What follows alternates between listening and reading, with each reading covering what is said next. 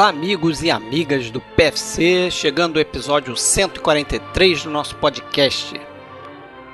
Hoje a gente volta a falar de um filme de Vittorio De Sica, um dos primeiros grandes filmes do cineasta. A gente já fez aqui Ladrões de Bicicleta, talvez seja o maior filme, mas a gente volta aqui para falar de um filme dele que é o Vítimas da Tormenta, Xiu-Xa, filme de 1946. O filme é um dos grandes clássicos do neorrealismo italiano, que foi aí o primeiro filme estrangeiro a ganhar um Oscar honorário, um prêmio que depois virou a categoria de filme estrangeiro, em 1957, e aí a categoria ficou competitiva e o primeiro vencedor foi A Estrada da Vida, do Fellini. Mas o Xiu-Xa foi o primeiro filme não americano a ganhar um Oscar honorário. Você pode entrar em contato com a gente acessando nosso site oficial filmesclassicos.com.br e pode ouvir a gente no iTunes, Spotify, Google Podcasts, Castbox e qualquer outro agregador de podcast que for da sua preferência. A gente também tem um canal no YouTube onde a gente publica os áudios que a gente grava e também tem as lives que a gente está fazendo mensalmente.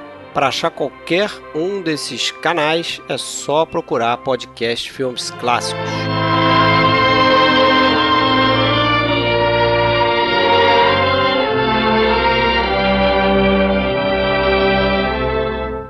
Bom, galera, mais um episódio então do PFC.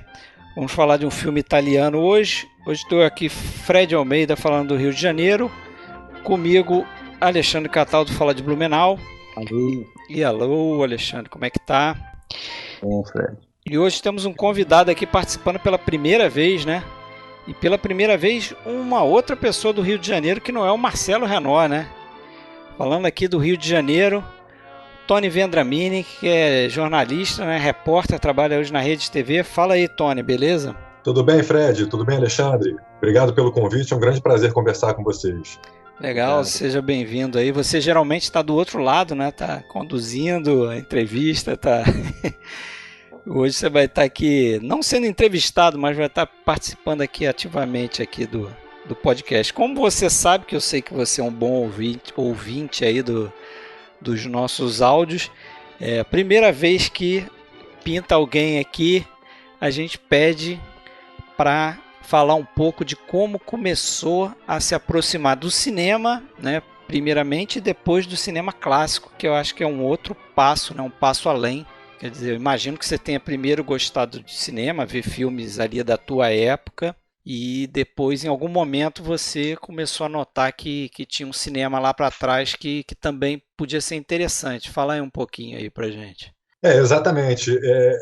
Eu comecei ao cinema desde criança, fui muito incentivado pelos meus pais, e eu pertenço, né? Aliás, nós pertencemos, né, a uma geração que se encantou com o videocassete, né? Isso.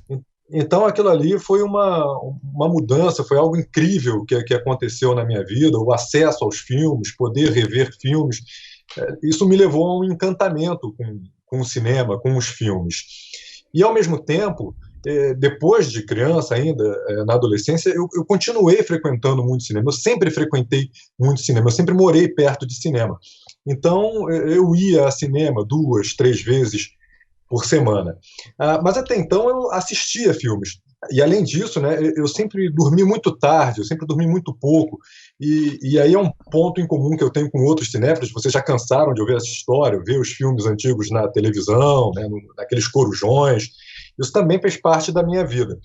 Agora, como cinéfilo, eu me considero um cinéfilo até tardio, porque eu só vim me interessar mesmo pelo modo como os filmes são feitos, né, pela análise mais profunda dos filmes, por volta dos 30 anos, quando eu fui fazer uma pós-graduação em telejornalismo, e eu tive uma disciplina que era a linguagem de cinema, a linguagem cinematográfica. Tive um professor muito bom, que era o Lécio Augusto Ramos, me apresentou vários filmes, Roma, Cidade Aberta, enfim, vários clássicos, né? A Marca da Maldade. E o meu trabalho até foi sobre Era Uma Vez no Oeste, meu trabalho de conclusão da disciplina. Legal. Então, aquilo ali acabou me despertando um interesse em me aprofundar nos filmes. Foi o que realmente me levou a ser um cinéfilo, né? A gostar mais de filme. Também frequentei muita locadora, Então o interesse vem de criança, muito incentivado pelos pais, pelo videocassete, pela televisão e depois, né, ultimamente, pelo curso que eu fiz, que me levou a ter um interesse mais profundo no cinema. Bacana. Ótimo. Quer falar alguma coisa aí, Alexandre? Não, bom, o Tony, tal como eu, é um cara que tem um encanto especial aí pelo cinema italiano, né? E inclusive, eu acho que foi isso, em boa parte, o que nos aproximou no ano passado, esse maledeto ano 2020 da Covid e tudo mais.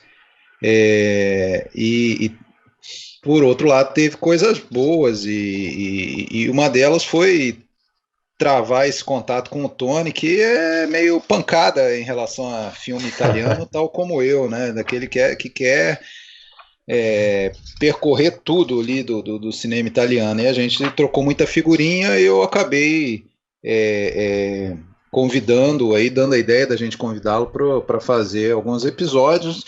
Eu acho que serão 2 esse ano. Não estranhem que serão os 2 sobre algum filme italiano.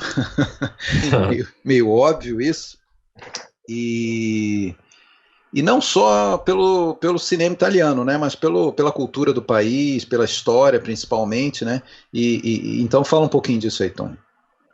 Eu, como Alexandre, eu sou descendente de italianos, né? E tenho um interesse todo especial pela cultura italiana. Sempre quis aprender o idioma. Sempre tive esse encantamento também pela cultura e pelo idioma italiano. E há cerca de 2 anos, eu resolvi aprender, né? Eu resolvi entrar num curso, me matriculei num curso, comecei a estudar o idioma, e um dos métodos que eu adotei foi realmente mergulhar na cultura italiana. E por isso eu comecei a mergulhar na música, na culinária e aí também no cinema. Eu comecei a realmente limpar o trilho, cara. Eu passei a comprar tudo que é filme italiano que eu via pela frente, passei a ver tudo que é filme italiano que eu via pela frente e acabei também me surpreendendo, me encantando. Até então eu conhecia aquilo muito básico, né? Aquelas coisas muito básicas do cinema italiano.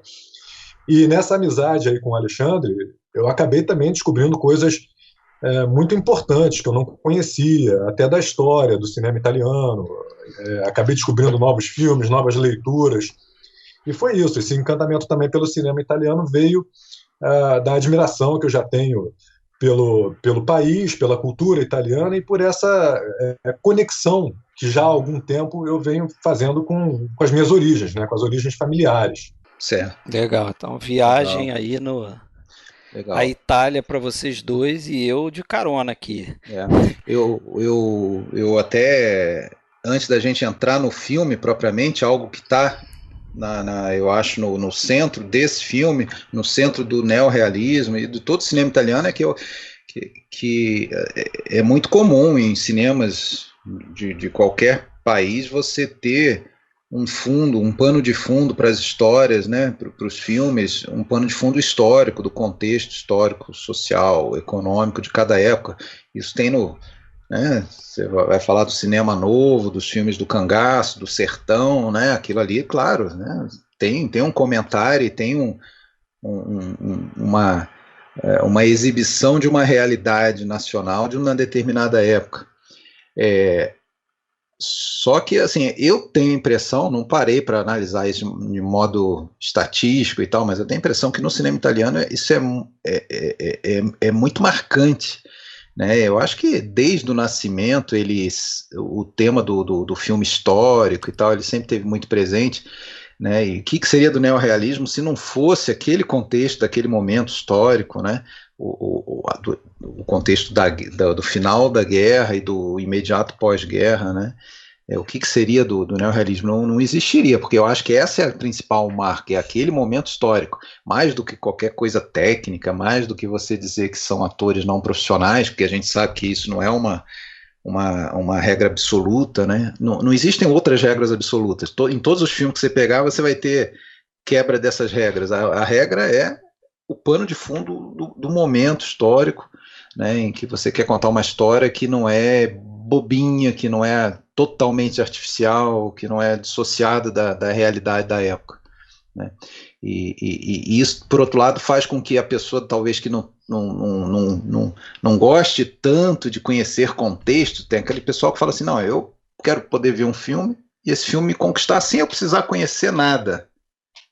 Mas eu acho que esse filme aqui, O Vítimas da Tormenta, é um que você poderia dizer que você pode se relacionar com o filme profundamente, sem necessariamente precisar saber muito sobre o que. Até por isso eu acho que ele inspira outros filmes que vêm com essa temática de abordar meio que a corrupção da infância, né? Exatamente. Tipo Os Esquecidos, do Luiz Buñuel. Então... Exato. Eu concordo plenamente. E, na verdade, isso que você falou gera toda uma conversa que a gente pode fazer sobre o quão neorrealista é determinado filme, se existem realmente essas regras absolutas, porque, poxa, a gente não está falando de um documentário, a gente não está falando de uma filmagem verdadeiramente de fatos reais na rua, a gente não está falando de garotos que eram engraxates nas suas vidas reais, eram garotos que estavam passando dificuldade, né? Todas as famílias ali estavam em dificuldade, estavam sem escola, viviam jogando bola na rua, assim, né?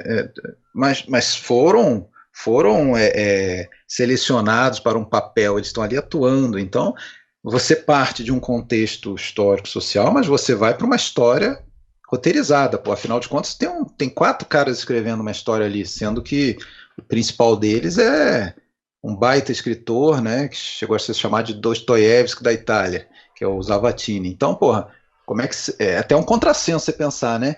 Para os mais puristas, então, um filme do neorrealismo talvez não precisaria nem ter um roteirista, né? Afinal de contas, o cara saiu na rua com a câmera na mão, aquela coisa folclórica e romantizada, né? Filmar as ruas, não é bem assim. Tem ficção, tem uma história que nasce de um contexto, que nasce de uma realidade, mas meio que ganha uma vida própria, né? E aí o foco passa a ser o quê? Porra, uma história de uma amizade que é desfeita pela agrura da vida, né? E que tem interpretação, inclusive, né? Na verdade, os atores ali, mesmo não sendo profissionais, eles estão interpretando papéis, né? Sim. Sim, claro, claro.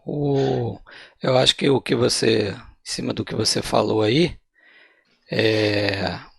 eu lembro de um pedaço de texto que eu li em uma entrevista do Orson Welles, ele falando especificamente sobre o Vítimas da Tormenta e falando sobre o De Sica, em que ele dizia algo como que eu Orson Welles, com a câmera, eu sou quase que insuperável se comparado com os meus pares, né? Diretores ali meus contemporâneos. Mas o que o Vittorio De Sica faz, por exemplo, em Vítimas da Tormenta, eu não consigo fazer. Que você está assistindo esse filme e daqui a pouco você não percebe mais que tem uma câmera ali, você não percebe que tem uma tela, você está vendo a vida. Essas são as palavras dele, né? Sim. Então eu acho que é meio por aí, cara. Eu acho que um artista como Orson Welles e outros artistas também devem olhar para Esse deve ser talvez o maior elogio que um artista deva receber de outro, né? Quer dizer, sim. Ele fez uma coisa que é artificial, porque o cinema é uma artificialidade, e ele consegue fazer você realmente se envolver com a coisa. E volta um pouco àquilo que eu falei, independente de você saber qual é o contexto, de você conhecer a cultura italiana, de você... não tem como você não se identificar, né, com aquela história ali. Essa construção da crítica, né, de termos, de movimentos, a mesma coisa com filme noir, né? Até hoje a gente vê discussões acaloradas sobre esse filme é noir puro, não é noir puro. O que isso importa, no final das contas? Absolutamente nada. Porque, assim, eu posso analisar esse filme, e eu adoro o filme, mas eu posso analisar esse filme independente de qual é o grupo do qual ele faz parte. as pessoas têm muita atração por essa coisa de querer catalogar tudo e agrupar. Legal que viram características similares, legal que o humor daquela época levava a isso, legal que tinha um caráter de contar histórias reais, né, e não mais as histórias escapistas do telefone Bianchi e tudo mais. Poxa, porém, se você parar para analisar tudo que se fala, não, o uso de atores não profissionais, poxa, basta parar no Roma Cidade Aberta, do qual a gente já falou no passado, né? Quando Basta fez a parar no trilogia. início. Você para no início. Esse filme próprio, você tem o Emílio Tigoli, que faz o diretor, que era um ator profissional. Você tem o Dino Saltamerenda, que depois vai estar no Ladrão de Bicicleta, ator profissional. Eu acho que aquela moça que faz, a senhora que faz a vidente, que é assaltada também. Ou seja, a maioria dos adultos ali são atores profissionais. As crianças não, nenhum deles era ator, foram todos escolhidos. Mas isso não é definidor, né? Isso não é definidor. Filmagem nas ruas. Poxa, Roma Cidade Aberta teve várias cenas filmadas em estúdio improvisado, porque não Cinecittà estava indisponível. Nesse agora, do Xuxa, também, muita coisa filmada em estúdio, inclusive a locação principal do filme, que é o interior daquele cárcere, né, juvenil. Apesar de ter filmagens em locação, tem muita coisa em estúdio também. E aí você vai dizer, então, que a artificialidade é a trilha sonora do Chico Ennio, né, uma trilha tradicional, daquela trilha, né, que feita para mexer com a tua emoção. Na hora que o garoto põe as digitais no papel, aquela trilha, parece que vai explodir a televisão, dar um... ou seja, e várias outras coisas que são ainda dos métodos de estilo, narrativa tradicionais do cinema, né? Não tem como fugir disso. No caso desse filme, né, Alexandre, parte do som foi inserida posteriormente, né, já que não havia orçamento para usar a câmera com recurso de som, né? Isso também daria uma sensação artificial. O cinema italiano, acho que tradicionalmente sempre teve a questão da dublagem, né? Até por isso, né, por economia mesmo, e já é uma tradição, e ele não se afasta disso. Outra coisa que é importante lembrar sempre, quando se fala de neorrealismo, por exemplo, é que você pega Rossellini, você pega De Sica, você pega o próprio Zavattini, você pega o cara que faz a fotografia desse filme, é um cara que não é muito conhecido, até precisei anotar o nome dele para não esquecer, Aniki, como é que é? Anchise Brizzi. Esse cara, falar desse cara é um belo exemplo para o que eu vou dizer. Esse cara que depois fotografaria, por exemplo, o Otelo do Orson Welles, tá? Ele fotografou um filme do Blassetti chamado 1860, lá em 1933, ou seja, cinema de regime, cinema fascista, mas é um filme considerado um dos primeiros filmes realistas do cinema italiano. Ele fotografou telefones Bianchi, né, telefone Bianchi do Camerini, filme de regime mesmo, propaganda, um tal de Esquadrão Branco. Ou seja, todos esses caras vêm lá de trás. O Rossellini vem lá de trás, o De Sica vem lá de trás. Esse compositor que a gente falou, o Chico Ennio, né, que depois também estava no Ladrão de Bicicleta, ele vem lá de trás também. Ou seja, esses caras aprenderam a trabalhar nos métodos tradicionais de Cinecittà, né? Porra, você não vai querer que esses caras simplesmente apaguem tudo que eles sabem, né, para fazer um filme puramente realista. Eles vão colocar essas técnicas a serviço daquilo ali, mas vai estar presente ainda, né? Então, vamos então falar do filme mesmo, né? Aprofundar aí, falar algumas cenas.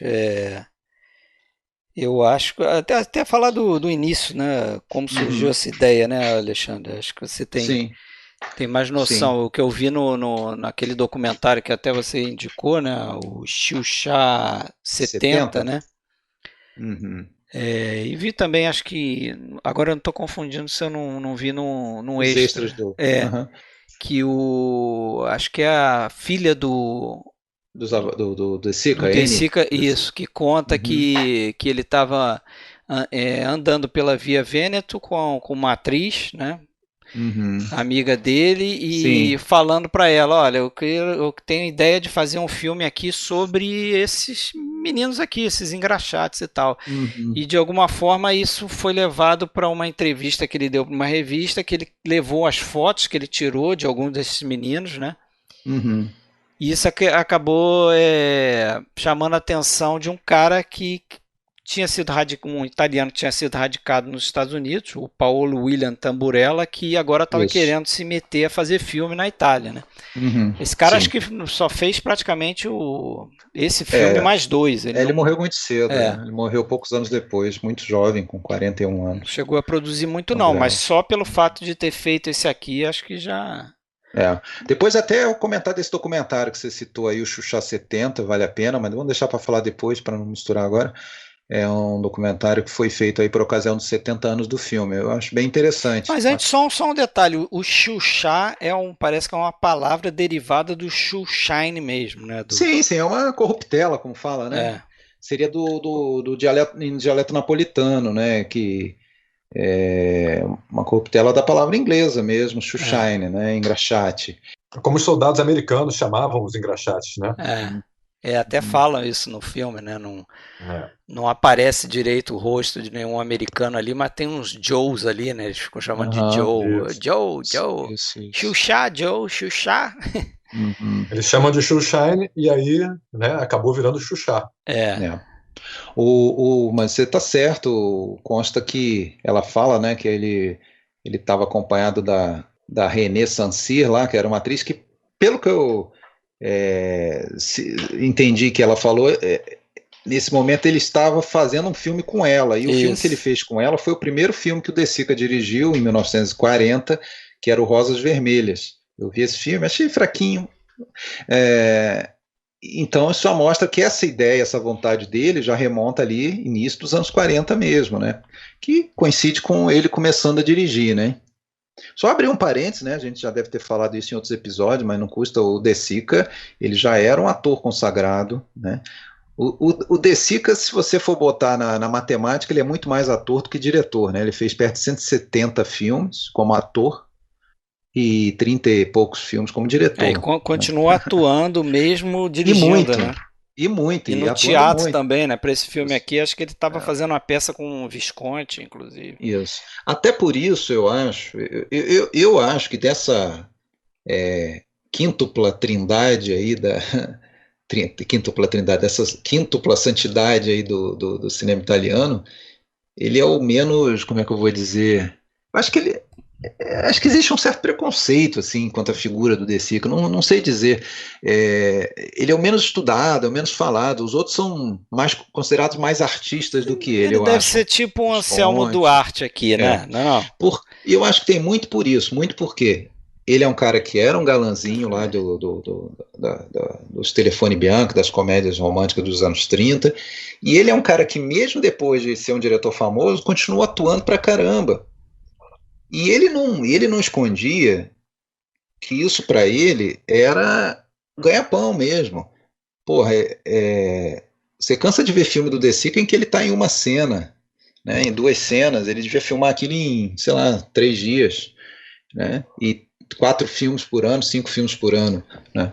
Ok, é uma escolha dele, e geralmente comédias, né? Então, até por tudo isso, cria para ele uma coisa assim de, tudo bem, ele teve ali aquele período áureo, porém só aquilo.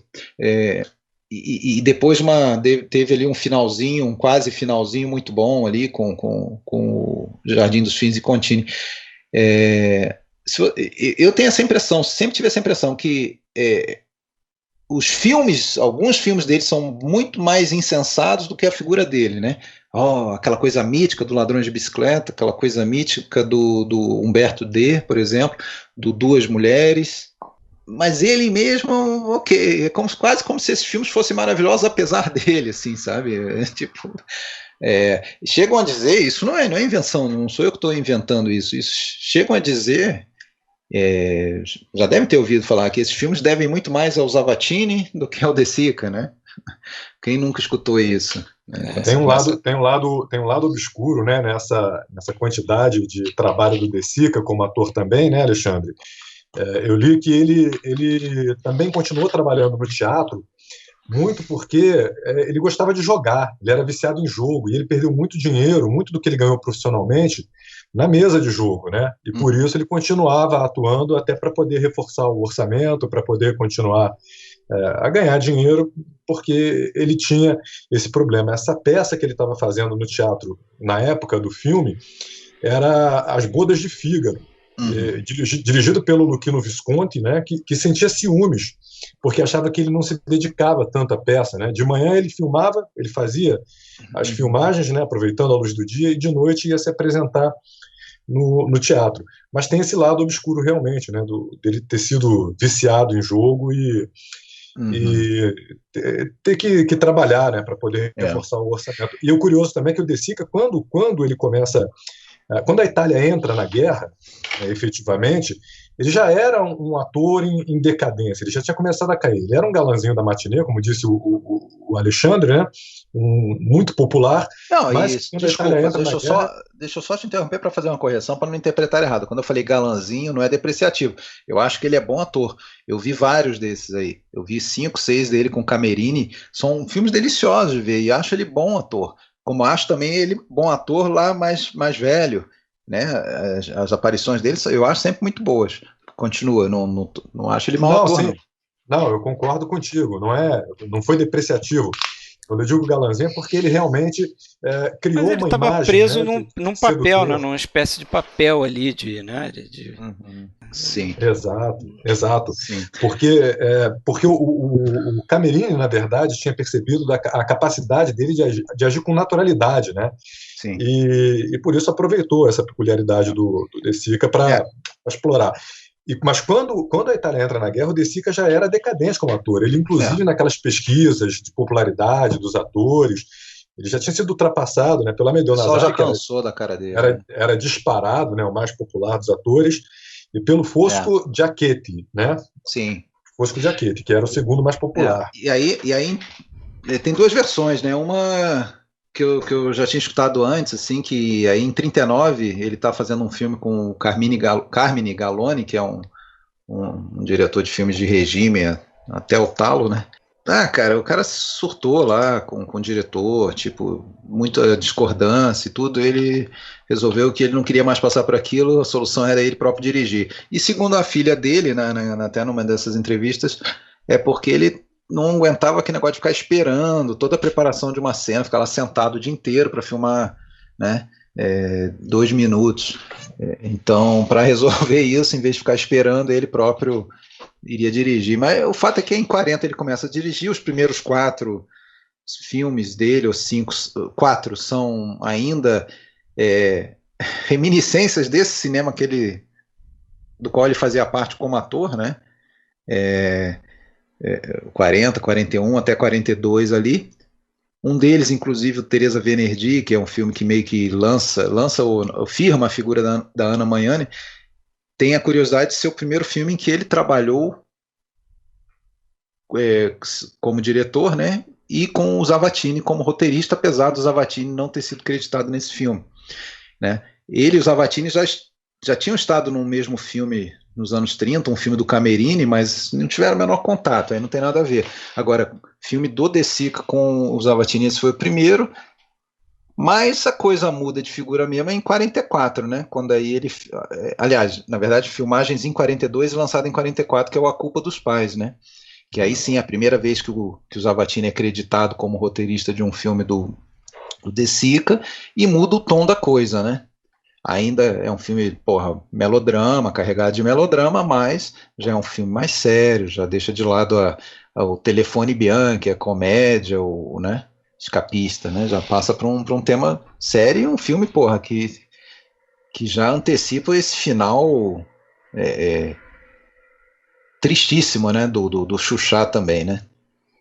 Não sei se vocês conhecem A Culpa dos Pais, né? E Bambini Te Guarda. Não? Sim. Acho que já é mesmo o primeiro filme que ele mostra que tem alguma parada ali, né? Não é considerado ainda como um filme do cânone, né? Vamos usar esse termo aí, neorrealista, porém já antecipa. Não, mas já Assim como antecipa, já é um outros filme antes bem disso mais já maduro. Eu antecipavam, não vi os outros filmes dele Sim, anteriores a esse, mas eu sei que já é uma demonstração ali de um sim, mas cineasta maduro. são todos outros tipos de filme, assim. É engraçado que o cinema italiano, eu até estava lendo isso e pensei, eu acho que faz sentido isso. O tipo de produção, o tipo de filmes produzidos no cinema italiano e o tipo de filmes de maior sucesso e bilheteria no cinema italiano, ele praticamente não muda dos anos 30, 40, 50, né? Apesar do neorrealismo, é como se fosse uma coisa meio à parte, assim, sabe? Que não chegou a influenciar tanto na produção. Comédia, muito fixado em comédia, em filme histórico, né? Isso se manteve, claro, diminuiu a produção, né, em épocas de estúdios fechados e falta de recursos, mas voltou. E era isso que o público gostava. Eu achei, você falou dos primeiros filmes dele ali, que você não conhecia, eu achei engraçado que eu vi os 4. E aí, porra, justamente o quarto, que é o imediatamente antes da Culpa dos Pais, que eu achei bem melhor, mas que aí já é um pouquinho mais sério, que é um Garibaldi. Eu me esqueci o título no Brasil, mas é um Garibaldino ao Convento. Que é um filme com contexto histórico lá do Garibaldi. Recordações de um Amor. Recordações de um Amor, isso. Esse foi um fracasso. Os outros 3, que são aqueles filmes mais bobinhos e, né, despojados de algum contexto, esse, porra, tava bombando ele na direção. Fez esse ali, e aí entra isso aí, cara, da necessidade dele pelo filme comercial depois para sobreviver, porque passou para filme sério, e aí, porra, vai ficar um bom tempo sem sair disso, né, com A Porta do Céu, o Vítimas da Tormenta, o Ladrão de Bicicleta, Humberto D. Cara, todos eles com a bilheteria um pouco aquém do... Foram filmes rejeitados, né? Até porque os italianos estavam saturados já daqueles problemas da guerra, não queriam ver aquilo na tela, não queriam rememorar aquela situação ruim, né? O Vítimas da Tormenta que tem essa história aí de que até um cara teria pego ele pela goela lá, pela gola da camisa e... Na saída, né, da pré-estreia. Na saída da estreia.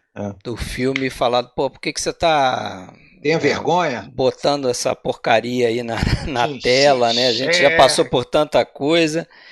E para que ver uma história triste dessa, né? A mesma coisa que aconteceria no mesmo ano ali, 46, com Paisá também. Super mal de bilheteria. Diz que o Roma Cidade Aberta até que foi uma exceção, porque não foi mal de bilheteria, né?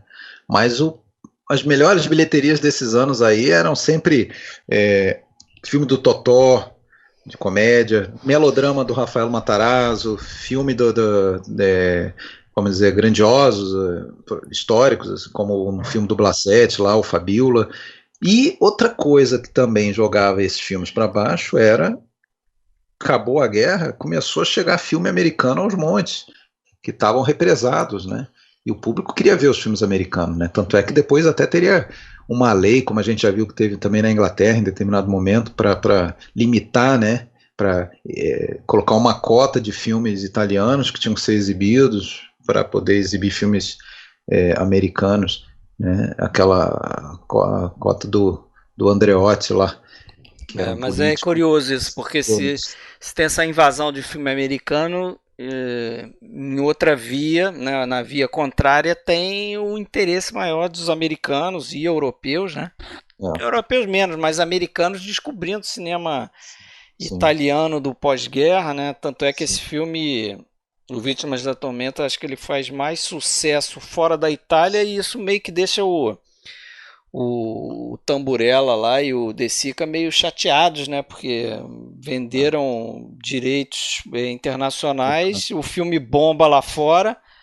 O Tamburella teve um prejuízo enorme, né? Ele veio para a Itália, ele era descendente italiano, mas ele nasceu nos Estados Unidos, ele vem para a Itália nos anos 30. Aí, teve esse encontro com o De Sica, que já queria fazer o filme do Xuxa, deu carta branca gostou da história, né? Que daí aquela reportagem vai parar na mão de roteirista. Primeiro vai o tal do Viola, lá o Júlio César Viola. Não gostaram do tratamento que o Viola deu, porque o Viola fez um roteiro de um modo muito tradicional e principalmente com a visão dos adultos. Era uma história de adultos, né? Então aí vai para outro roteirista escrever, que é o Amidei e o 2, né? E o tal do Frank. De Sica não gostou, e aí entra o Zavattini. Aliás, assim, até eu acho legal, né? Que o cinema italiano tem muito isso, né? Um cara escreveu, não ficou bom, deu para outro reescrever. E depois no final todo mundo é acreditado, né? As colaborações não são ali paralelas, né? Elas são seriadas, né? Então um escreve um pouquinho. Não é como nos filmes do Kurosawa, que sentava os três na mesa lá e ficavam trocando. E trocava ideias. O roteiro não é construído em conjunto, né? Mas eu acho que, eu não sei, você deve saber melhor, mas eu acho que a maior contribuição deve ter sido do Zavattini, né? Sim, o Zavattini deu. E eu acho, assim, um roteiro, cara, fenomenal, porque ele tem diversos pontos de virada, assim, né? Sim. Coisa que você espera de um bom roteiro e que está sempre te mantendo a atenção, né? Eu acho legal, por exemplo... esse ponto de virada que tem logo no início, né? Porque o filme começa com aquela sequência dos meninos cavalgando, né?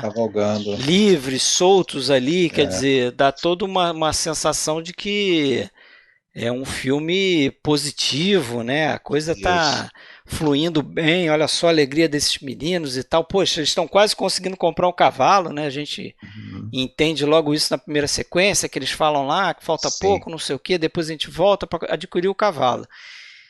E no momento que eles adquirem o cavalo, se eu não me engano, a sequência seguinte eles sendo presos, né? Porque eles se envolveram... Quando eles vão justamente lá na Via Veneto, onde trabalham, né? Exibir, né? Vão meio que exibir o cavalo, né? Ficar desfilando. Aí fica o pessoal lá, os meninos olhando, né? Eles desfilando com o cavalo, que ótimo, eles conquistaram, presos, né? E esse parece a cartomante, né? A polícia com os caras. Eu acho que esse é o grande toque do Zavattini, não só nesse filme, mas em todos esses grandes clássicos do neorrealismo. O grande toque do Zavattini, que aliás o Chaplin falou isso, e se aproxima muito até dos filmes do Chaplin em certo ponto, essa mistura dos dramas, né, com um toque um pouco de poesia, de leveza, até um pouco cômico às vezes, né? Não é como um filme do Rossellini, que geralmente é totalmente seco, não tem comédia no filme do Rossellini, muito difícil. Até no Roma Cidade Aberta tem algumas coisas lá, com o Alto Fabrizzi, tudo, mas muito pouco. Aqui tem, né, ainda alguns toques um pouco cômicos em algum momento, né? Mas essa mistura e essa poesia que ele coloca, né? Esse lance do cavalo, porra, isso é do cacete, cara. Eu acho que isso todo o simbolismo disso, né, cara? Como, porra, afinal de contas, eles estão ali no imediato pós-guerra. O mais velho ali, o Pasquale, é órfão de pai e mãe, provavelmente perdeu pai e mãe na guerra, mora num elevador de um prédio abandonado. O outro também não, né, estão na pior. Porra, trabalham, né, engraxando sapato por uma merreca, provavelmente. E, no entanto, quando você vê, eles estão ali e esquecem de tudo, né? Aquilo ali é a alegria da vida deles, né? Eles só querem aquilo. O cavalo, ele simboliza não só a união dos dois, né?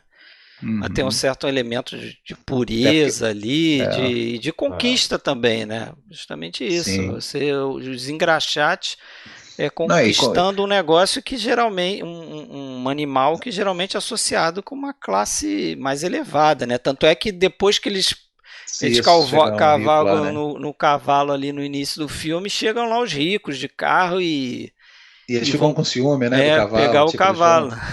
É um cavalo, Então Né, e você falou um negócio importante, né? Simboliza a união, porque vai ser em condomínio, né? Vai ser com propriedade dos dois, né? Não, com a propriedade dos dois e eu acho que tem uma coisa também que o De Sica faz nesse filme.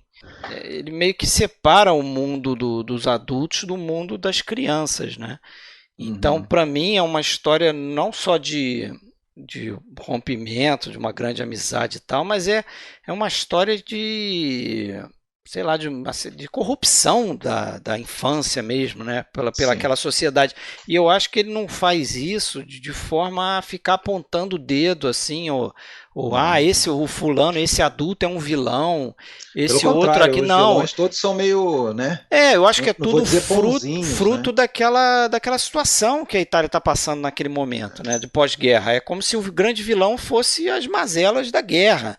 E como isso corrompe o mundo dos adultos e também o das crianças, porque quando você tem uma cena lá mais pro final do filme, né, que eu achei curiosa, que eles estão naquele julgamento e o juiz chega a fazer uma pergunta pro Giuseppe, acho que é o Giuseppe, que ele pergunta assim: vocês compraram esse cavalo?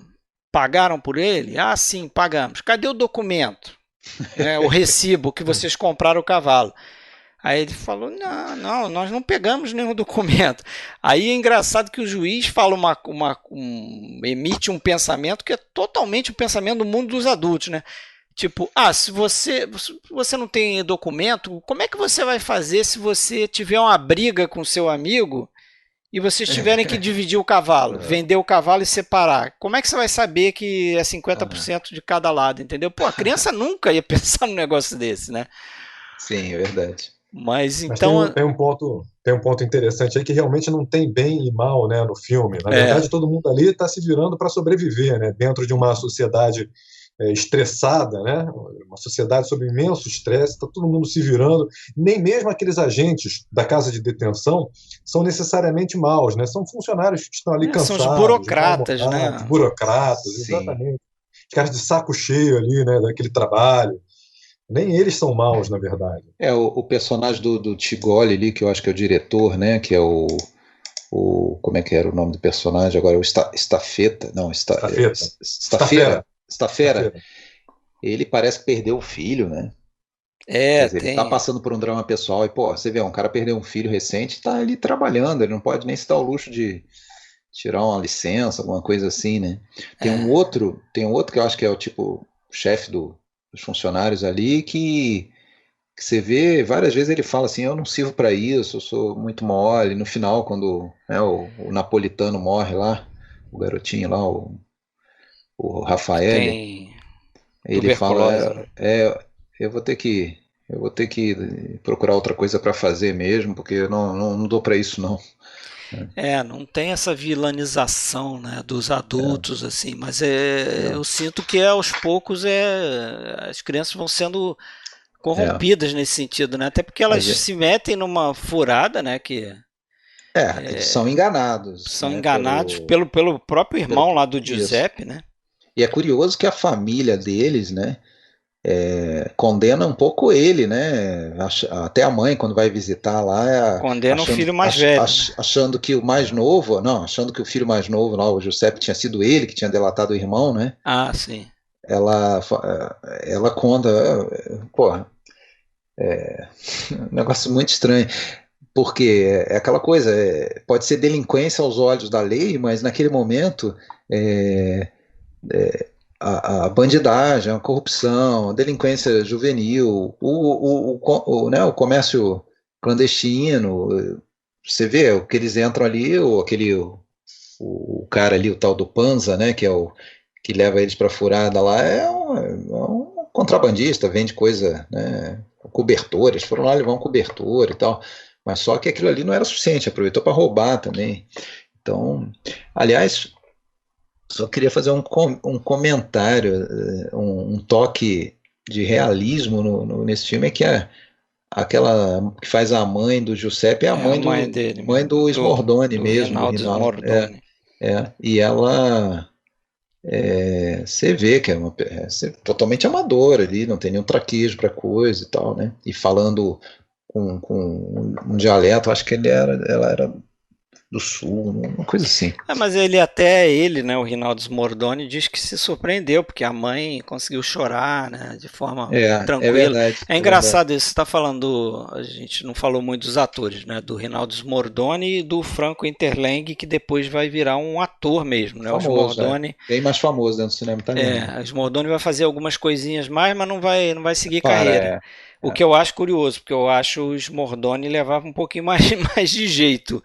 Ele era Assim, bom, né? ele era bom. É. E engraçado que a gente vê esses documentários aí, eles contando como foram selecionados para os papéis, né? O Smordoni diz que ele morava perto do Tamburella, né? E o Tamburella acho que esbarrou com ele na rua lá, ele estava brincando de não sei o que, de carrinho de rolimã, sei lá. E o Smordoni foi convidado para fazer o teste, né? E o De Sica, quando foi fazer o teste lá com ele, já pegou logo, mas perguntou para ele: vem cá, você sabe chorar? Você consegue chorar facilmente? Aí ele ficou meio assim, e o De Sica falou: não, pode deixar, eu consigo fazer você chorar. Já o Interlenghi, o De Sica tem histórico aí, né? Um estaiola lá de botar coisa no bolso do menino, né? A gente contou essa história aí. Mas o Interlenghi não, né? O Interlenghi ele ficou em dúvida, tanto é que eles chegaram a filmar, isso eu achei curioso, né? Porque num período em que não tem direito negativo para fazer os filmes, né? O Rossellini está passando sufoco para fazer o Roma. Só se ele enganava os garotos e não filmava nada, só filmava Pois é, pode ser também. E tá lá o Vittorio De Sica se dando o luxo de filmar as mesmas cenas com os dois garotos, com o Interlenghi e com o outro, para depois de decidir. Ambos contracenando com o Smordoni, que já estava definido, né? Isso. Aí perguntaram depois para o Smordoni com qual que ele preferia trabalhar, né? E também pediram opinião de diretores que iam assistir as filmagens. O Visconti parece que deu pitaco lá. O Rossellini também disse que o De Sica perguntava para ele em francês, para os meninos, para o Interlenghi não entender, né? Então perguntava para o Rossellini: você prefere o louro, que era o Interlenghi, né? Ou o moreno, né? Só que aí...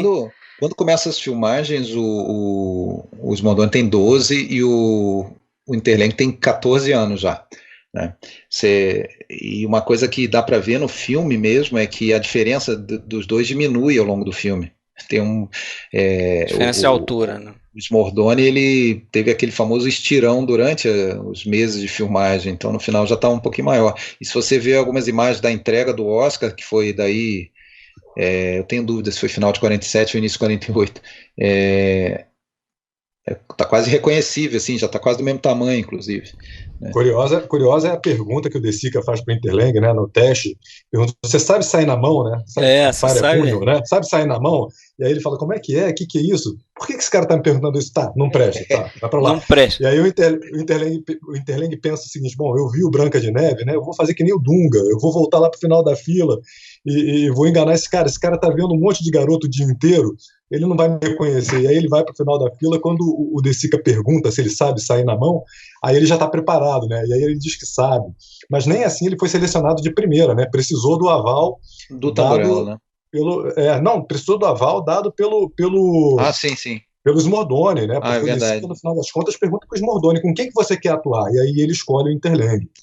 O Interlenghi, para quem não lembra, é o cara que depois vai fazer de maneira mais famosa aí os Boa-Vidas, né? Do Fellini. Ele faz aquele Moraldo, né? Que é como se fosse quase o alter ego do Fellini naquele filme, o cara da cidade pequena que no final cansa daquela vida vazia e vai para a cidade grande, né? Bem marcante ali. Percurso. Mas eu selecionei uma charada aqui, me permitam, uma coisa que eu descobri: Alexandre e Tony. A charada é para vocês. Vamos lá. Desafio do episódio. Alexandre vai saber com certeza. Diga. Qual é o filme? Não, qual é o filme em que, não pode pesquisar no Google, pô, em que estão creditados, né, um filme de ficção, que estão creditados dois dos maiores atores mirins aí da carreira do Vittorio De Sica, o Enzo Staiola e o Franco Interlenghi. Cara, aí você me pegou. IMDb creditado com Os dois têm crédito no mesmo filme. A Condessa Descalça, meu amigo. Ah, verdade, é verdade. É um filme americano, né? Com Humphrey Bogart, Ava Gardner, né? Eu descobri isso por acaso, né? Mas eles fazem um papelzinho lá. Só uma brincadeira aí. É verdade. E o engraçado, o Staiola aí, o Smordoni. O Rinaldo Smordoni, que está vivo ainda, vai fazer, eu acho que 88 anos. Tá devendo a entrevista pra gente. Tá devendo. Eu não canso de tentar, né, um contato com primeira pessoa, né, em primeira pessoa de alguém que vivenciou algum filme, né. Dessa vez eu fiz contato com a irmã, com a filha do Rinaldo Smordoni via Instagram. Ela me respondeu muito gentilmente. Aliás, desculpa, Messenger. Eu expliquei para ela, mandei até algumas perguntas. Ela ficou de ver lá com o pai. Imagino que não seja uma situação muito fácil, afinal de contas, é um senhor de 88 anos e que deve.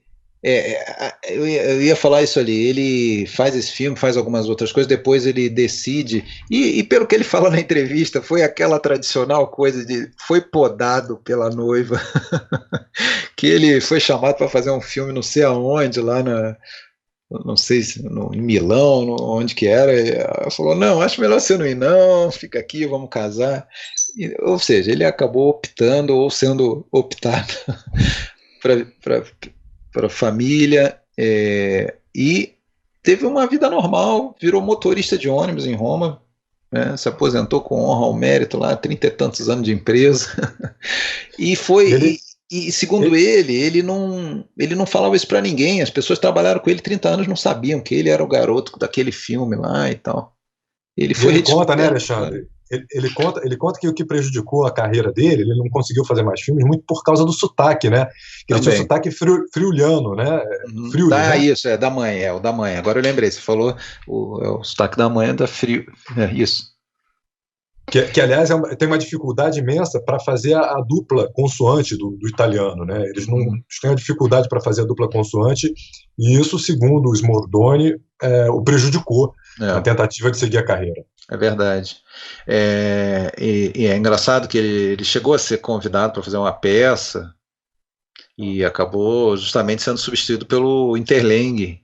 E não era uma peça qualquer, era uma peça de uma companhia que bombava na época, que era do Paulo Stoppa e da Rina Morelli, né, que são dois atores aí, quem conhece mais filmes de cinema italiano, sabe, por exemplo, os dois estão no Leopardo. O Paulo Stoppa tá em uma porrada de filme, e não deu para seguir uma vida normal, e foi redescoberto agora, nos últimos 6, 7 anos aí, por conta esse Mimo Verdesca, um documentarista que tem feito bons documentários aí, resgatando histórias, pessoas do cinema italiano. Ele faz em 2015 o Protagonista per Sempre, que é um filme sobre 7, 8 atores mirins ou jovens de filmes, né, importantes do cinema italiano e que estavam vivos. Então ele entrevista, por exemplo, ele abre com o Luciano de Ambrosio, né, que é a primeira criança sofredora do De Sica, né, que é o garoto do Pricó, lá do Culpa dos Pais. Da Culpa dos Pais, está vivo.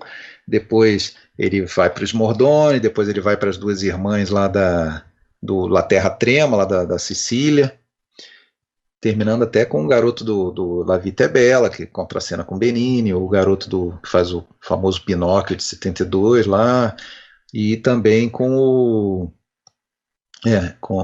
a menina que faz a filha da Sophia Loren, né, no Duas Mulheres, né, a Eleonora Brown, que é outra que não virou atriz, tal, fez mais alguma coisinha depois e casou, foi ter uma vida normal, né. Mas aí no ano seguinte, 16, quando faz 70 anos, esse mesmo cara, Mimo Verdesca, faz o Xuxa 70. É um bom documentário. Esses dois documentários, infelizmente, eles não estão disponíveis em mídia no Brasil, eles foram lançados em DVD lá fora. Protagonista per Sempre, de 2015, e o Xuxa 70, 2016. Esse é muito bom, né, cara?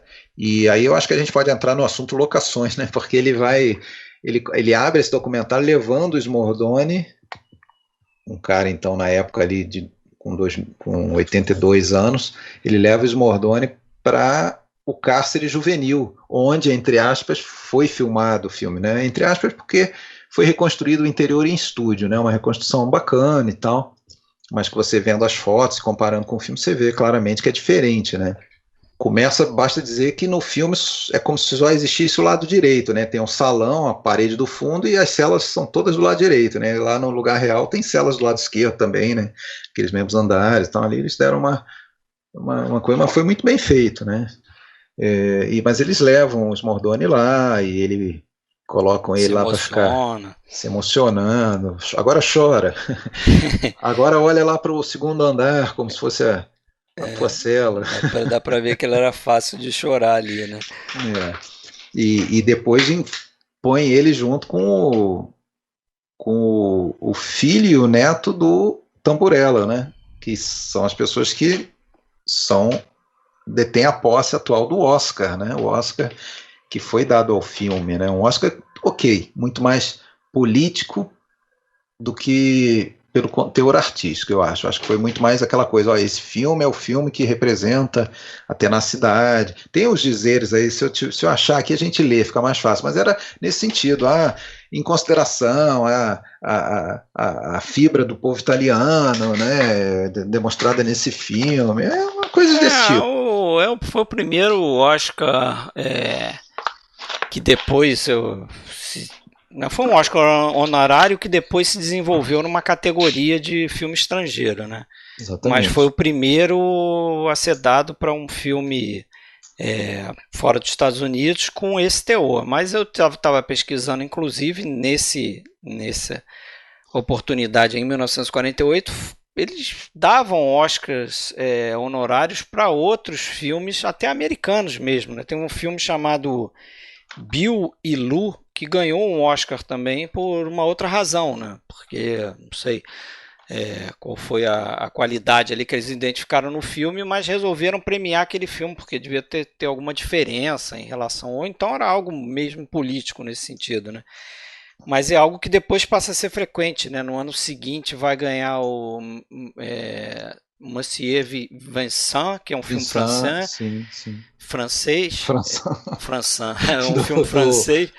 Do Vivier, eu acho, né? Não sei, não me lembro agora. Mas eu sei qual filme que é. Eu não sei se é do Vivier, não, mas é um filme até que eu vi. É o Capelão das Galeras, eu acho que é o nome em português. E assim vai, né? Sim. Mas... deixa eu ver se eu consigo achar aqui os dizeres lá da coisa assim, ó. A alta qualidade desse filme italiano, realizado de maneira eloquente num país ferido pela guerra, prova a todo mundo que o espírito criativo pode triunfar sobre a adversidade. Isso está gravado numa plaquinha na estatueta Oscar, que está em poder lá dos Tamburello, né, o filho e neto do produtor. E aí eles se reúnem nesse documentário com o Smordoni, né, e dão a ele para segurar ali o Oscar, né, que ele diz até que teve em mãos já quando foi da entrega, né, os 4 garotos principais foram na entrega, né, o que ele e o Interleng, mais os 2 lá, o que fazia o Arcangeli, né, e o De Sica que não foi, né? Bruno Ortenzi e Agnello Melli. E o Agnello Melli que fazia o Rafael.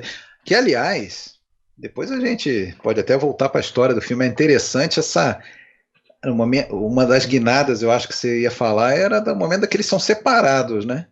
Quando chega quando eles são daí levados para o cárcere, e chegando lá, até não é uma coisa proposital separá-los, mas não cabe os 2 na mesma cela, né? E aí eles vão ser separados, e você vê que é um momento tenso ali, né? Até aquele momento no filme, praticamente, os 2 sempre apareciam juntos no plano, né? É uma união que vai se quebrando ali, né? Acho que o reformatório é o local onde realmente acontece essa separação física e de amizade mesmo entre os 2, né? Porque a partir do que vai acontecendo ali dentro é que vai se criando essa sensação de traição, que um tá traindo o outro, né? Você até mencionou isso principalmente a enganação, né, que o diretor faz com ele, né? É cruel isso, né? Porque a primeira vez que o Giuseppe acha que o Pasquale está traindo e que denunciou o irmão dele, acontece por um teatro criado pelo diretor lá do reformatório, induzido ao erro, né? Que fingiu que estava batendo, torturando o Giuseppe, e o Pasquale, para ajudar um amigo, acaba denunciando. Só que o Giuseppe não sabe disso. Isso é curioso, né, cara? Ele, justamente por gostar do amigo e não querer que ele continuasse sendo surrado, né? É por isso que eu digo... Isso não é nem levado em consideração, né? O Giuseppe, porra... Não, ele não tem como saber, vira né? a cara, né? Ele não tinha como saber. Ele foi afastado numa sala e ele simplesmente achou que o outro deu lá com a língua nos dentes. É por isso que eu acho que o roteiro bem escrito, porque ele escreve uma situação dessa em que você sabe, você, espectador, sabe o que aconteceu, e isso te dói ainda mais, né? Porque você vê como que a enganação e a malícia dos adultos está aos poucos destruindo aquela amizade, né? Mais à frente no filme até ele vai saber, né?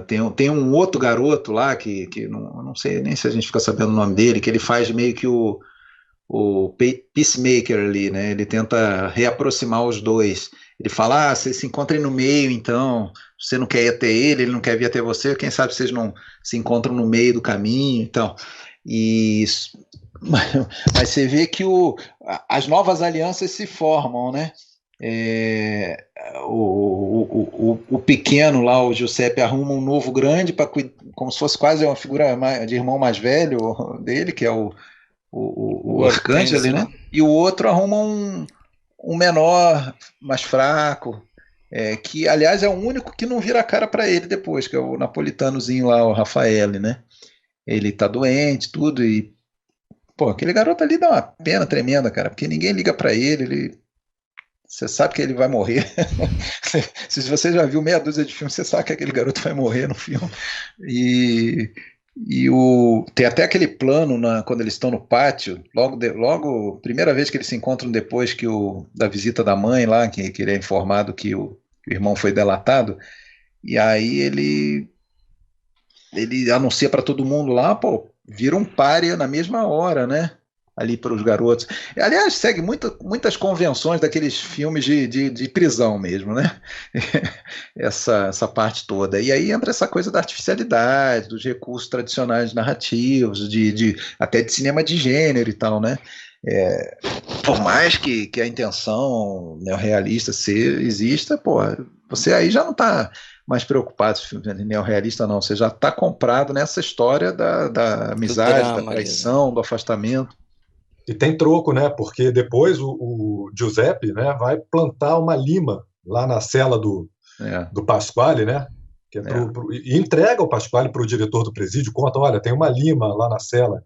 E depois o Pasquale fica sabendo que o Giuseppe fugiu com a Arcangeli, né? O outro, é esse o nome do menino?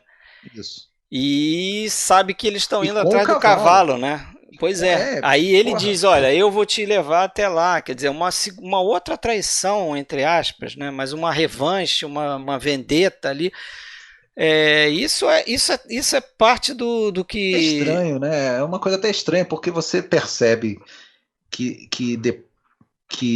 no momento em que vai ter a briga, por exemplo, no banheiro, você percebe que o Giuseppe está torcendo pelo Pasquale. São amigos, ele gosta ainda ele gosta do amigo ainda. Ele gostaria de se reaproximar, mas é uma coisa mais forte do que ele, aquilo ali, né? Enfim. Mas na hora que ele bota o cavalo no meio, tipo, não é só que eu vou fugir com o outro, não. Ele vai passar a ser o dono do nosso ex-cavalo. Passou a perna mesmo. E o outro fala até, não, então eu levo vocês até ele, né? Que é uma coisa até que não... Eu acho que um cara ali, um diretor de um reformatório daquele não ia aceitar isso. Vou te levar lá, não tem nada a ver. Mas o roteiro funciona muito bem, né? Porque aí vai colocar os dois em cima daquela ponte para aquela cena final que quem viu, basta ver uma vez que nunca mais vai esquecer, né? É, Eu acho que aquela cena e todo o envolvimento do cavalo ali no final, né? Que sim, o sim. cavalo olha aquilo é feito de uma forma, né? Até o Smordoni conta, né? Como é que eles fizeram aquilo, porque é feito num plano só quando o Interlang Ele tá cai, lá chicoteando o Smordoni ele e vai ele cair. cai, aquilo é um plano só, né? A câmera acompanha Mas tem um e, corte ali. e Eu vai ver. consigo ver Tem um um corte. corte, Eu consegui ver um corte ali. mas o que ele conta, né, pelo menos, é que o De Sica botou uns bombeiros ali para segurar ele, porque ele pula da ponte, né? Então a gente não vê isso, mas ele é seguro por algumas pessoas que pegam ele e colocam ele na pedra lá como se ele tivesse caído, né? E a câmera Giuseppe! oh, Giuseppe. Giuseppe! E Agora tem uma outra Eu relação falo. também interessante dentro do reformatório, né, Fred, Alexandre, que é até comentada na trilha que acompanha o DVD, que é o modo como o reformatório reproduz o campo de concentração nazista, né, com sim. alguns dos meninos tendo alguns privilégios ali em troca de monitorarem os próprios internos, e eles são considerados traidores ali pelos outros meninos. Tem E sempre até em os determinado... cagueta, né? Exatamente. Não, os caras, o corneteiro, né, o É, que fiscaliza se está tudo em ordem. Tem até um momento em que dos diretores vai conversar com o outro e acontece uma saudação fascista ali, O né? cozinheiro, ele faz a Cozinheiro, saudação né? fascista. Tem O uma saudação senhorzinho, fascista né? Você ali. vê que Então é um remanescente, né? tem uma reprodução ali, até de uma discussão a respeito desse ambiente do cárcere, né, de ser também um campo de concentração. Quando você começa a ler comentários e críticas e textos sobre o filme, às vezes você acha umas coisas bizarras na internet. Eu andei lendo esses dias aí que o Xuxa se passa na Roma ocupada pelos nazistas. Não, gente, se passa na Roma ocupada pelos americanos. Isso já é 45 depois lá do final da isso guerra. tá no início do filme direto, né? Outro lugar que eu li que falava 2 garotos engraxates de Nápoles. Não é em Nápoles, se passa em Roma. Mas apesar de se passar em Roma, a gente tem garotos ali falando diversos dialetos. Tem o napolitanozinho e tem o dialeto de Roma mesmo. Tem um dialeto que é diferente do italiano padrão. E isso era muito mais marcante naquela época. Né? Isso está presente no filme. Nas primeiras conversas dos engraxates lá na Via Vêneto, mesmo a pessoa que sabe italiano, algumas coisas são quase incompreensíveis. E também, isso até fica expresso no filme na hora que aquelas crianças vão lá no Palácio de Justiça ver o julgamento dos garotos. Eles ficam, pô, mas o que ele está falando? Eu não estou entendendo, porque ele está falando num italiano padrão lá, né? O advogado, o juiz, né? E os garotos não entendem aquilo, né? Aliás, porra, aquele advogado, aquele defensor público que colocam pro Pasquale, coitado, né? É que isso também, né, Alexandre, é mais um recurso do neorrealismo para dar esse verniz de realidade, né? Porque a Itália é um país que tem muitas Itálias dentro, né? É um país muito diverso. Na verdade, é um país que reúne vários reinos, é um país relativamente recente, e o italiano padrão, o italiano standard, né, que é o que a gente aprende no curso de italiano, é um idioma que, na verdade, é artificial, né? Ele é um idioma inventado, lapidado, para soar da melhor maneira possível. Os idiomas falados na Itália, antes da invenção do italiano padrão, são os dialetos, né? O napolitano, o vêneto, o milanês, tem diversos dialetos, diversos idiomas que derivam do latim, né? O siciliano.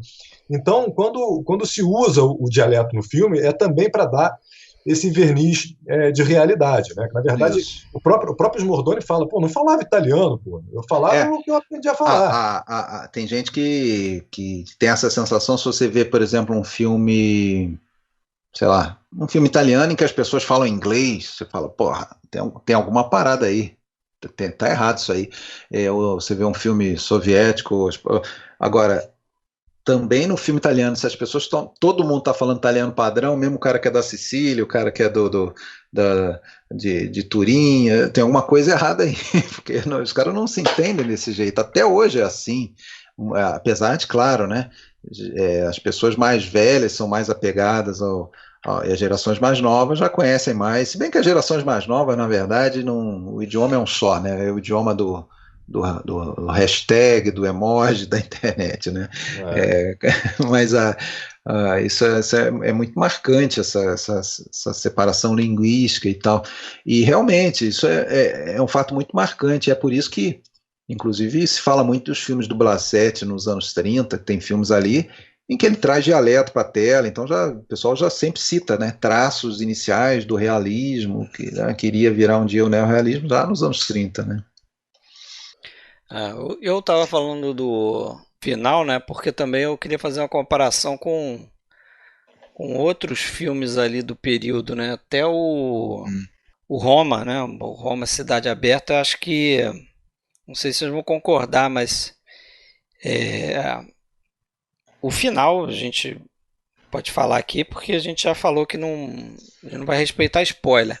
Sim. Mas o final com a morte lá do Giuseppe, para mim, é um dos mais tristes. É dos mais tristes. Só não é mais triste do que o do Alemanha Ano Zero, porque ali eu acho uma situação de desespero ainda maior, né? Terrível. Porque o suicídio de uma criança, quer dizer, total destruição da inocência daquela criança, a ponto dela... Todo o caminho até o suicídio, né? É tenso, nossa, de partir o coração. Agora, eu acho que o De Sica, ele pega um pouco o embalo do que o Rossellini faz no Roma Cidade Aberta, porque no Roma Cidade Aberta tem a morte do padre, né, eu estou dando spoiler de outro filme já, mas tem a morte do padre, mas você termina com as crianças, né, como se as crianças fossem o futuro da Itália, né? Exato, ainda tem uma geração que ainda vai recuperar a Itália, não sei o quê. Aqui não, parece que o De Ladrões Sica de Bicicleta pega... Ladrões de bicicleta, o cara fica sem a bicicleta, perde um pouco de moral junto ao filho, mas a vida segue, né? A vida segue. Aqui não, parece que ele pega a ideia do Rossellini e fala, não, as crianças estão sendo corrompidas por essa situação, né? Por essa sociedade. E o final do Humberto D? A gente não está falando do Humberto D hoje, mas aproveitando, e o final do Humberto D? Porque eu descobri uma sobre o final do Humberto D hoje, que eu preciso compartilhar com vocês.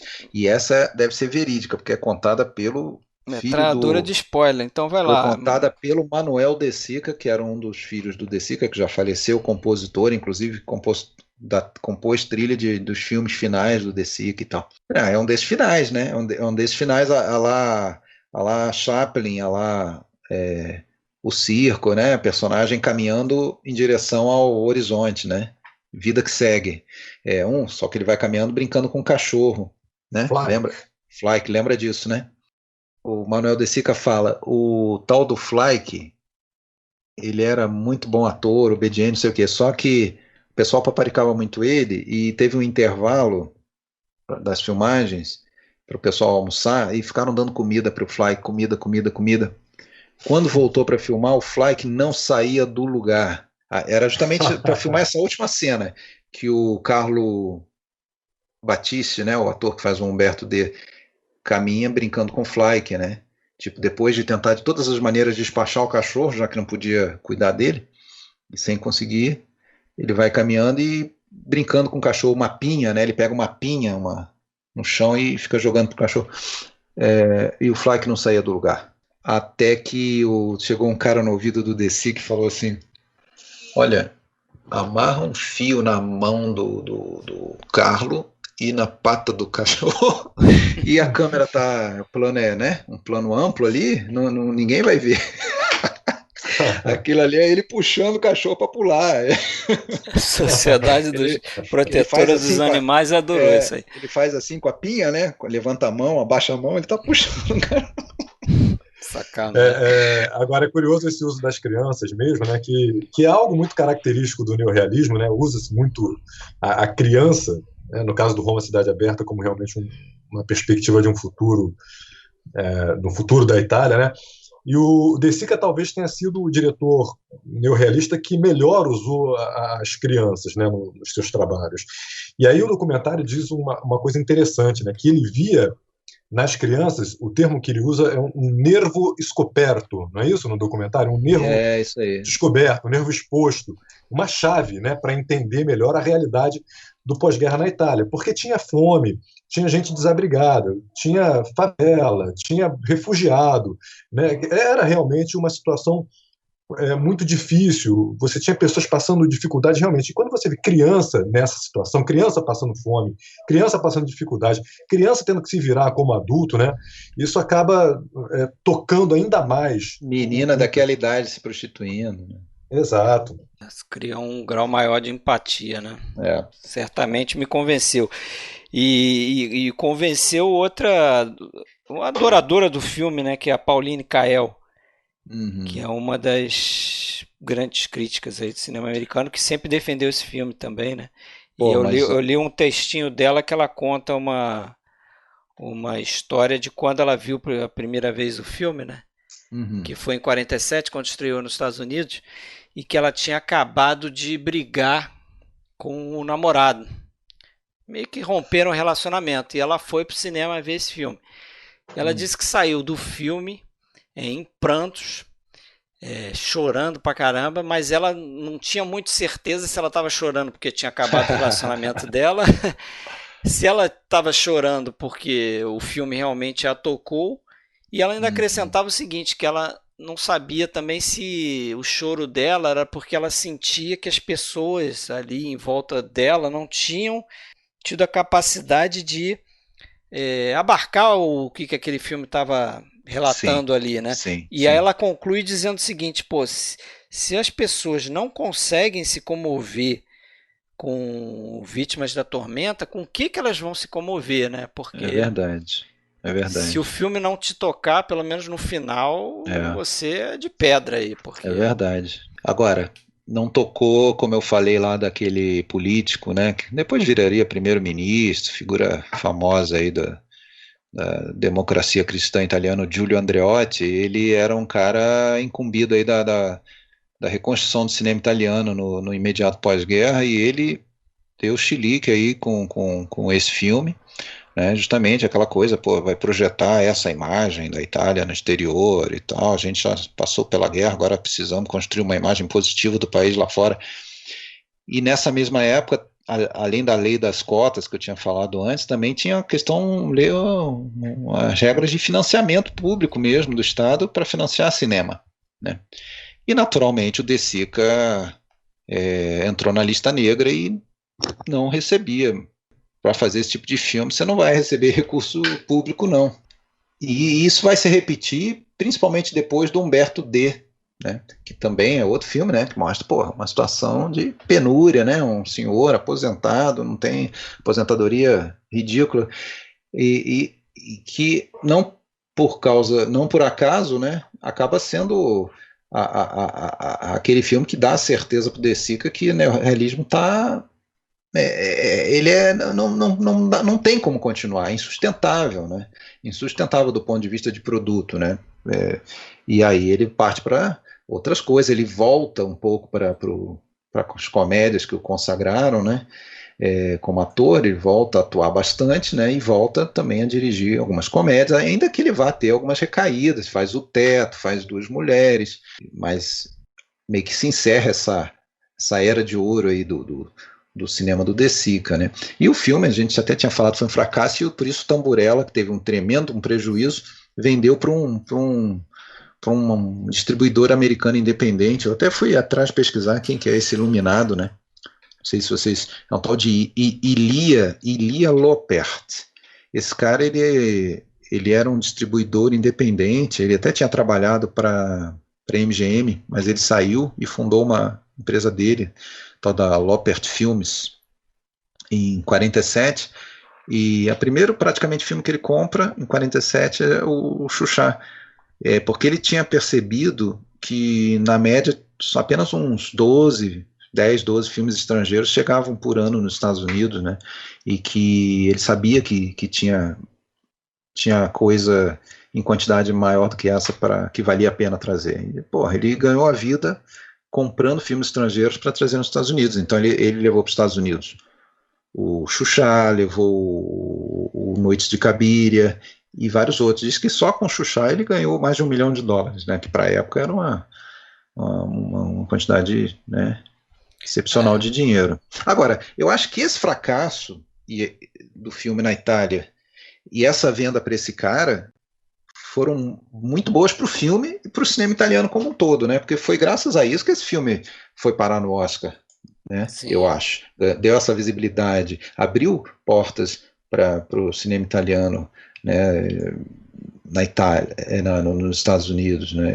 Eu tenho essa impressão. Acho que se o filme tivesse feito muito sucesso na Itália e ninguém tivesse pensado nem em vender para um produtor americano, será que esse filme ia ganhar Oscar? Acho que não. Não ia ser indicado a roteiro também, né? Como ele foi também, né? Que é algo um pouco raro, né? Não é? Um filme estrangeiro indicado a roteiro. Acontece, mas não muito, né? Só complementando aquele da filmagem, né? O cárcere juvenil que existiu por muitos anos, né? Que já era uma construção antiquíssima, tinha tido outras finalidades, tinha tido igreja lá dentro e tal. O prédio existe até hoje com outras finalidades, como o cárcere foi desativado nos anos 70, e depois que foi desativado nos anos 70, tem uma infinidade de filmes italianos que usam o interior como locação. Agora, eles filmam lá dentro mesmo, né, porque não funciona mais como cárcere.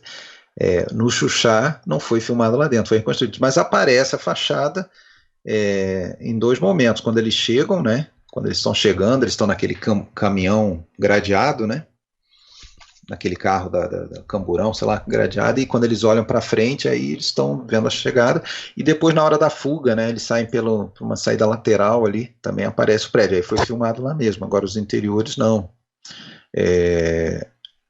Os interiores não foram filmados lá. E esse negócio da grade também, né, falei agora por causa do caminhão, não sei se vocês repararam, mas praticamente em todo plano tem uma grade aparecendo, né? Seja diretamente a grade, seja a sombra da grade. Podem reparar. Quando eles perdem a liberdade, né? Até quando eles estão no banheiro lá, tem uma sombra da grade, engraçado, na parede. Tem um outro detalhe também, que são algumas frases importantes que eu separei aqui do filme, e que são interessantes, né, do ponto de vista da análise de como funciona a sociedade, né? Tem uma cena que o Giuseppe fala, por exemplo, que os cavalos comem mais do que nós, né? Para você ver, para você entender como é que estava naquele momento. O cavalo era mais bem tratado do que os garotos, do que as crianças, né? Tem uma outra frase do diretor do cárcere, em que ele fala sobre 2 guardas que foram demitidos porque roubavam os cigarros dos meninos, e ele fala, olha, infelizmente a pobreza transforma todos em criminosos. Quer dizer, será o homem fruto do meio em que ele vive, né? Mas isso a gente vê acontecer no filme ainda, apesar desses 2 demitidos, ainda tem algum lá roubando, porque a gente vê na hora que chegam os pacotes, a gente vê um guarda que abre um pacote, tira algumas coisas para o lado, o Giuseppe, do Giuseppe, né? Ele até fica olhando, assim, não entende muito bem porque ele está tirando umas coisas, mas não questiona, mas dá para ver claramente, ele tira, assim, dá para de repente dar a desculpa de que alguma coisa que é proibida entrar, alguma coisa assim, mas ele abre o pacote, tira, fecha de novo, tira algumas coisas ali que eu não consigo ver o que é, aí fecha de novo e entrega para o Giuseppe. E olha que coisa triste, né? Uma outra frase, quando um dos meninos fala assim, nós tivemos sorte, ele está no cárcere, né? Ele fala assim, nós tivemos sorte, eles nos alimentam, nos abrigam, nos vestem e até nos divertem. Lembrei disso aí, quando eles vão passar o filme, né? Quando eles vão passar um filme e tudo, né? Agora, deixa eu te falar, tem uma também que eu me lembrei de frase que é eles ficam preocupados, né, que eles deixam um cavalo lá com alguém para olhar e tal, né? Só que esse alguém que vai cuidar do cavalo, ele não quer ficar alimentando o cavalo de graça também, né? Então o que ele faz? Ele pega o cavalo para trabalhar, né? Ele usa o cavalo, ele faz enterros, eu acho, ele usa o cavalo para puxar a carroça fúnebre lá. Então ele põe o bersagliere lá, que é o nome do cavalo, para trabalhar. Que é uma ironia, né? O nome é uma ironia com os bersaglieri, que era uma tropa, são uma tropa, né? Da infantaria da Itália. E uma outra frase também, uma outra parte importante, quando o advogado do Giuseppe diz, né, eles tinham casa, família, escola, trabalho, isso não é crime, eles devem ser considerados criminosos. Aí ele pergunta, né, ele fala, se devem, então todos nós devemos ser condenados, já que nós, os homens, abandonamos essas crianças e nossos filhos estão cada vez mais sozinhos. Quer dizer, tem um meia-culpa ali, né, da situação das crianças, né, que os adultos também não fazem por onde evitar aquela situação, aquele sofrimento das crianças ali, né? Pois é. Mas é isso, tem muitas mensagens aí por trás, né? Isso tudo eu acho que é o mais importante. Essas mensagens que você está falando aí são as mais. É isso que define o neorrealismo. E não, porra, se usou um ator profissional ali no meio, se filmou alguma coisa em estúdio, né? Se for caracterizar pela pureza, né, por todos os elementos, fica muito sobra difícil nenhuma. colocar. Fica muito difícil colocar na caixa, até porque, como nós já conversamos, né, o neorrealismo não nasce numa reunião, numa mesa de bar, ou algo parecido, numa sala, né? É algo muito orgânico, né? O que, volto a dizer, não muda nada para a gente apreciar um filme, né? Assim como você pode adorar lá o Nanook e o Esquimó, mesmo depois que a gente desconstrói o fato dele ser um documentário, né? Porque é um documentário puro, assim, não tem nada de puro, né? A gente falou sobre isso, né? Pô, tudo bem, a gente só está comentando sobre as classificações históricas que sempre foram ditas e tal, mas, porra, isso não muda nada se eu vou gostar ou não do filme. Eu adoro o filme, seja ele neorrealista, não seja, chame do que quiser, né? Isso não vem ao caso. Aí, essas classificações rígidas, elas têm apenas uma consequência, muitas vezes, afastar as pessoas de um determinado filme, né? Falar, e elas só servem mesmo para quem trabalha o filme como um produto, né? Eu vou lançar uma coleção de filmes neorrealistas, eu preciso classificar os filmes como neorrealistas, esse aqui não é muito não, mas eu vou dizer que tem traços e não sei o que e tal. Só para isso, para a gente pouco importa, cara, interessa se o filme ele te comove ou não, se ele é bom ou não, né? É isso. Certamente. Bom, então é isso aí, né? O próximo a gente vai fazer o Nashville, é isso? Opa! Robert Altman. Vai aparecer pela primeira vez, acho que é a primeira vez aqui, né? No podcast. Então, beleza, valeu aí, obrigado aí, Tony, pela tua participação. Pô, valeu, obrigado a você, ao Alexandre, pelo convite. Um grande prazer, cara. Bom conversar com vocês, por um podcast que eu tenho como uma referência aqui de cinema, de filmes clássicos. E, pô, foi muito legal, um grande prazer. Beleza. Valeu, muito Tony. Bom papo. Valeu, Alexandre. Valeu, Fred. Até a próxima. Abraço. Giuseppe! Giuseppe! Giuseppe! Giuseppe! Giuseppe! No!